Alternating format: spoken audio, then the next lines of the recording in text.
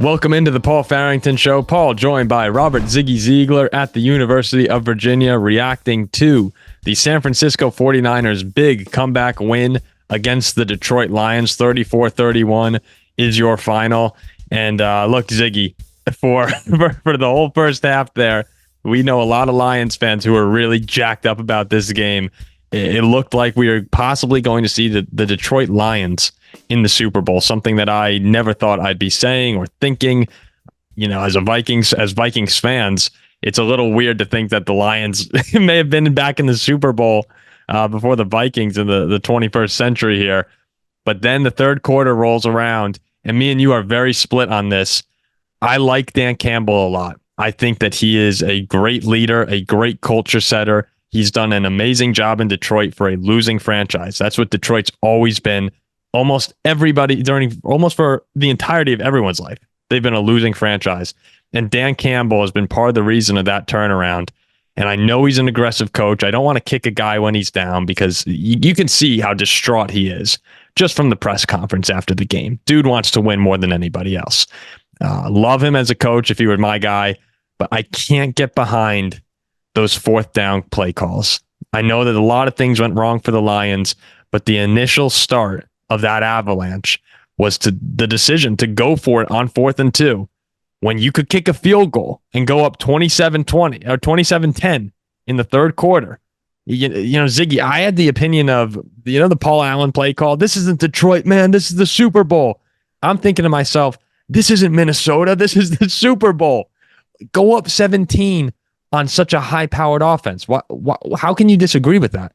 Well, so there's two ways you can disagree with this, right? One is you're assuming that Badgley hits the kick, when in fact he's 75% for his career between 40 and 49 yards and 45% from 50 plus. So really, it's not a 100% chance he makes this kick. It's really something more like a low 70s, high 60s% chance he makes the kick. Sure. So first of all, so you're already looking, there's a 1/3 chance he misses the field goal and it's exactly the same outcome, right? But then you say, well, why are they going for it? Here's why they're going for it. You've got a play call that hits Josh Reynolds right in his hands and he drops it. Like, there's very little you can do to plan around, Jahmyr Gibbs having a fumble, Reynolds dropping the ball. Like, so many things went wrong on those fourth down executions. And if you convert on that fourth down, not only does the 49ers avalanche not happen, you have a chance to go down and score a touchdown. You hold the ball for longer. And you're keeping the ball away from this 49ers offense, which, as we saw, is capable of closing a 2 or 3 score gap just like that. Yeah, I get what you're saying, where, obviously you can look into percentages, and we were debating about win percentage, and I said, I don't care about winning percentage. You don't care about evidence, 17. You care about vibes. Look. Yeah, I know you said vibes. That was great.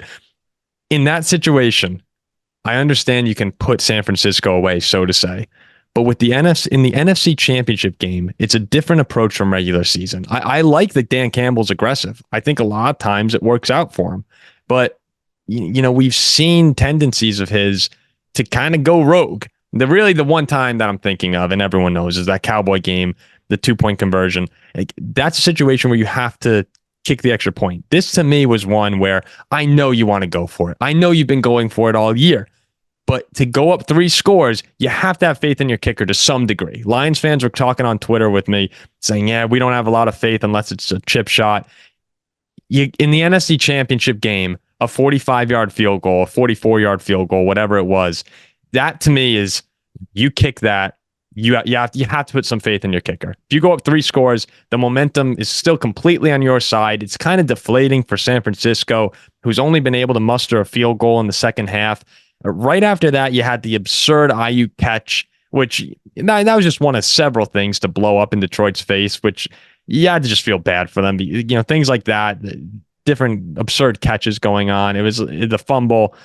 But to me, that was the tipping point. And if you have a 17-point lead, I'm not sure if it gets out of hand like that. That's just where I come down on it. I know that the numbers say one thing, but yeah, the feeling of it is different to me. And I think most people would agree. Yeah, well, it's interesting that you say that, actually, because as much as the evidence is clearly in favor of going for it, but this isn't the way that Dan Campbell's making these decisions, right? Because, of course, unsurprisingly, he was asked about this at a press conference afterwards, right? Yeah. And he didn't talk about analytics, or I'm sure he hears from these guys what they think he should do, but he talked about the feel of the game, the aggressiveness, wanting to just put the game away. And I think part of it really is, the Lions were fortunate to get the kind of lead they did, right? San Francisco made uncharacteristic mistakes. The offense was doing unsustainably well. Yep. I think at a certain point, it has to enter the calculus that this Lions team, as good as they were, is not better than the 49ers. So at a certain point, you have to just say, look, things are on our side. We need just one more thing to go our way. And we need like 10 things to go against us for this to backfire. And unfortunately, it is the Detroit Lions. So, of course, the one thing didn't go their way and the 10 things backfired. And they finally know how us Vikings fans feel year in, year out. Yeah. But it's certainly an incredibly disappointing ending to a season that is one of the best the Lions have ever seen. Yeah, we'll have to talk to Lions fans now that they know this other side of heartbreak. We've always compared is heartbreak or kind of that numbing, consistent, being terrible feeling. Which one's worse? And now Lions fans know both sides of this here. This is really, again, like you said, the first time in a long time that they've been competitive to this degree. And a lot of people are going to say, great year. What a great year. We're able to get back. We said it about a lot of teams on this show. You don't know when you're going to get back here. I mean, this loss, this is one of, this would be, for Vikings fans, this would be one of the all-time most devastating losses to be up 17. I don't think any team in the history of the NFC Championship Game, maybe it was championships, I'm pretty sure it was the NFC Championship Game, teams were 0-16 when trailing by, or no one, I don't think anyone had come back by more than 16 points before. This is the biggest blown halftime lead in the history of that game. And with the way Detroit looked, just dominating San Francisco earlier in that game on both sides of the ball. Purdy was off again. There's a lot of questions that are starting to formulate around Brock Purdy because he has not looked good in these playoffs, but continues to get the job done when it counts. That's why I just felt like the momentum was all lost when you were dominating this team.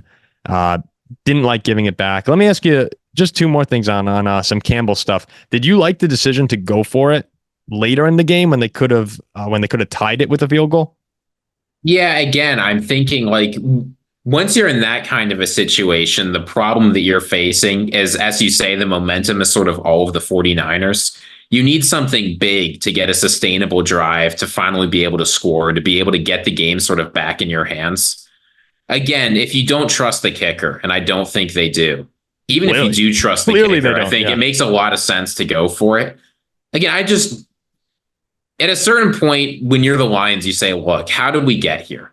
How did we get to the NFC Championship Game? How did we win our division? How did we beat all the teams we've beaten to get here?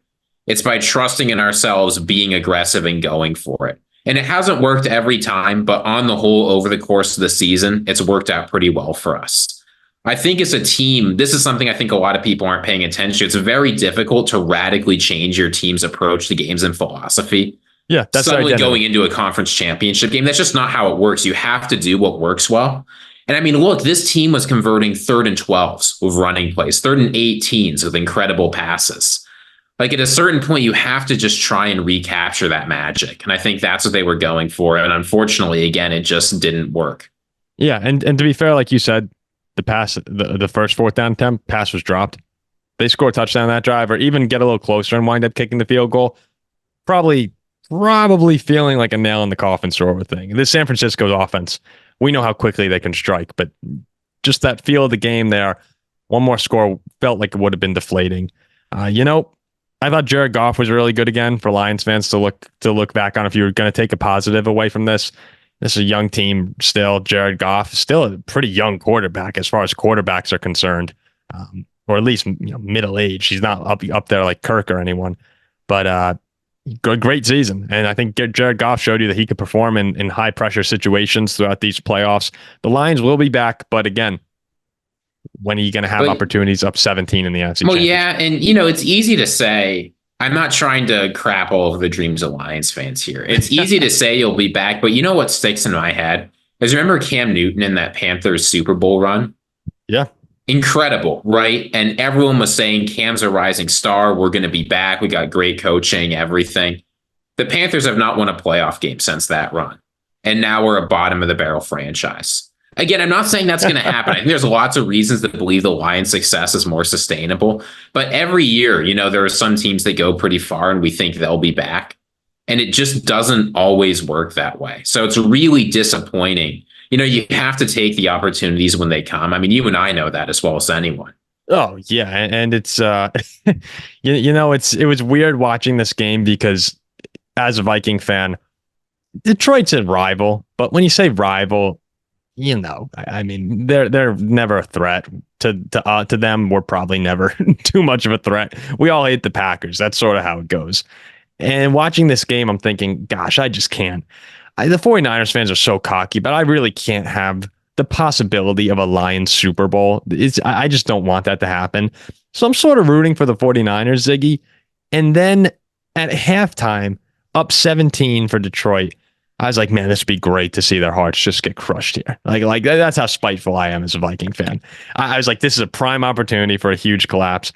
And then what I hate about myself as a fan is as the 49ers are making this comeback, I sit back and I just say to myself, damn, I feel really bad for these Lions fans. I hope they pull it out. And I was cheering for the Lions really hard at the end of the game there. No, I mean, if you're watching this on YouTube, you can go check our reel and see what it was like when the Lions were up super big at halftime. Oh, yeah. It's hard. Yeah, it's hard to watch that. We were getting intel reports from Jack. It's hard to watch that knowing where it ultimately ended up. It's like when you're watching a really sad movie. It's like The Lion King, right? You're watching The Lion King and you see Simba heading into the canyon. That is what that feels like watching that video now. Jack, it's really funny. So Jack, who everyone knows is on the show with us most of the time, he was at the Lions bar with our friend Alex, who put out a video on our Twitter this week. Huge Lions fan. They've been to the bar basically the entire playoff run. And on the way home, Jack's all decked out in Lions gear supporting his friend. Jack said people kept coming up to him in Penn Station and everyone's like, I'm so sorry, man. Tough loss. And Jack's a Steeler fan, but he just played along with it and took the pity while he could have it. Let's go on to the 49ers here. Look ahead to 49ers and the Chiefs now in the Super Bowl. 49ers 2-point favorites. Yeah, I know. A lot of people expected Kansas City, but San Francisco comes out as the early favorite. And two different paths to the Super Bowl. Whereas San Francisco, all year long, dominating, except for a 3-week stretch, really. And then we get to the playoffs, probably should have lost to the Packers. Probably should have lost to the Lions. Brock Purdy doesn't look particularly good. But somehow, some way, they crawl into the Super Bowl. And once you're there, you're there.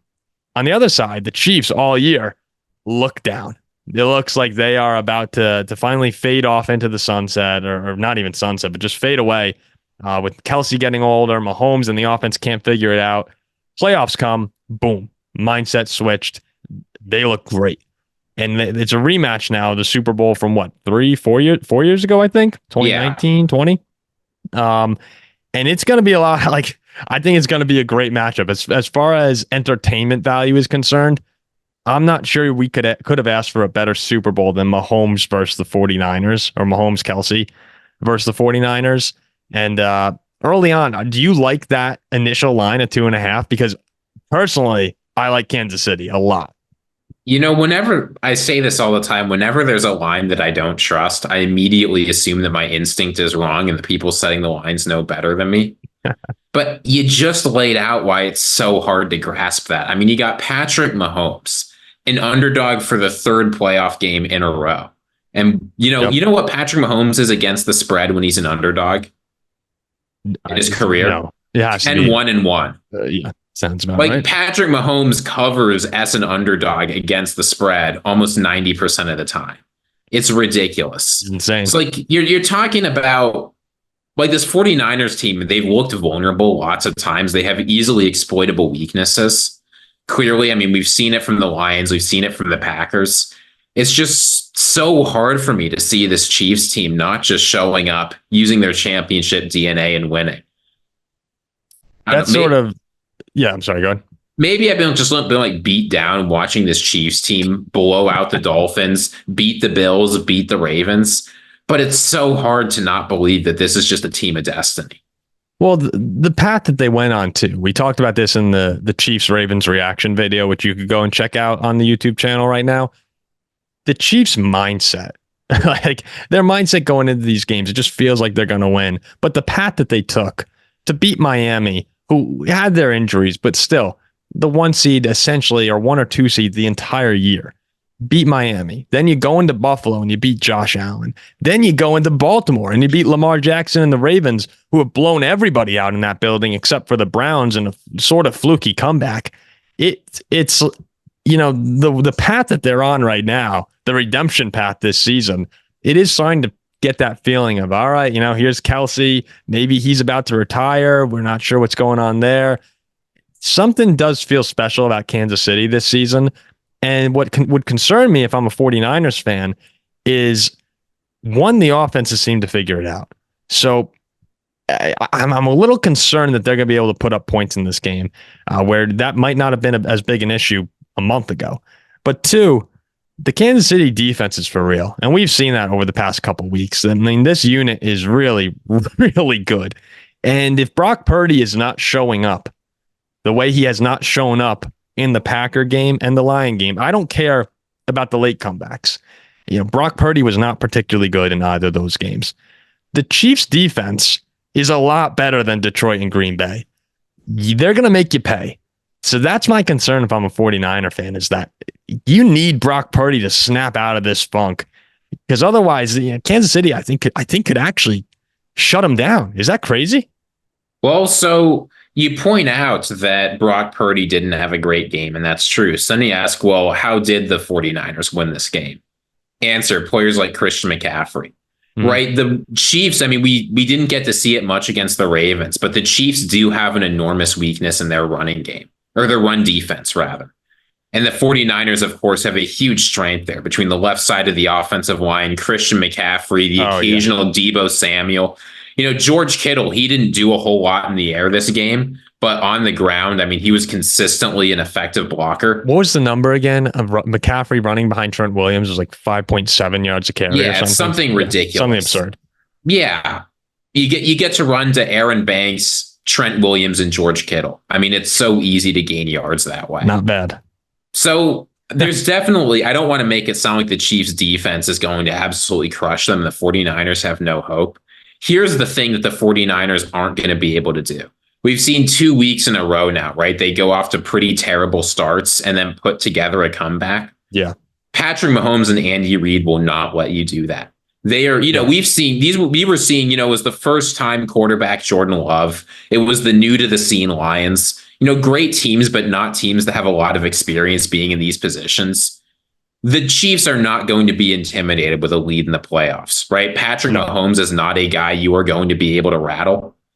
You have to come out swinging from the first moment. And that's what I'm worried about. Not that the 49ers don't match up super well, but that it seems like they've been caught by surprise by their opponent's game plans, which are pretty obvious, frankly, the past 2 weeks. You can't do that again.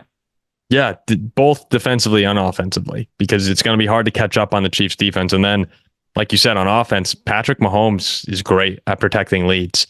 How many times have we seen over the course of this season, when the Chiefs have the ball with a chance to put someone away, Pacheco is a tough runner. Late in games, he wears you down. We've seen him take over drives late. And then today, Yeah, Marquez Valdes-Scantling on that great catch. Yeah, Patrick Mahomes on third down. Andy Reid's going to let him throw it. And more often than not, he's going to pull through. So it's definitely one where I think it's going to be a great game. I'm very excited for this game. I'm rooting for Kansas City because I don't like any NFC team, basically any NFC team. But it's going to be one where San Francisco, they are not overmatched at all. If anything, they're the favorites for a reason. But you're right. They got to come out being ready to play. And I can't wait for it. We'll have a lot of coverage on the Super Bowl over the next 2 weeks. But let's wrap it up there. This is, after all, an instant reaction or a quick reaction to the Lions-49ers. Again, Lions fans, we're sorry. We know how it feels. Genuinely sorry from fellow NFC North fans. Sucks to lose these games, but you do have a bright future for whatever that's worth. For Ziggy, for Paul, looking forward to a lot of Super Bowl content. Another year without the Vikings in the big game. But we have next season.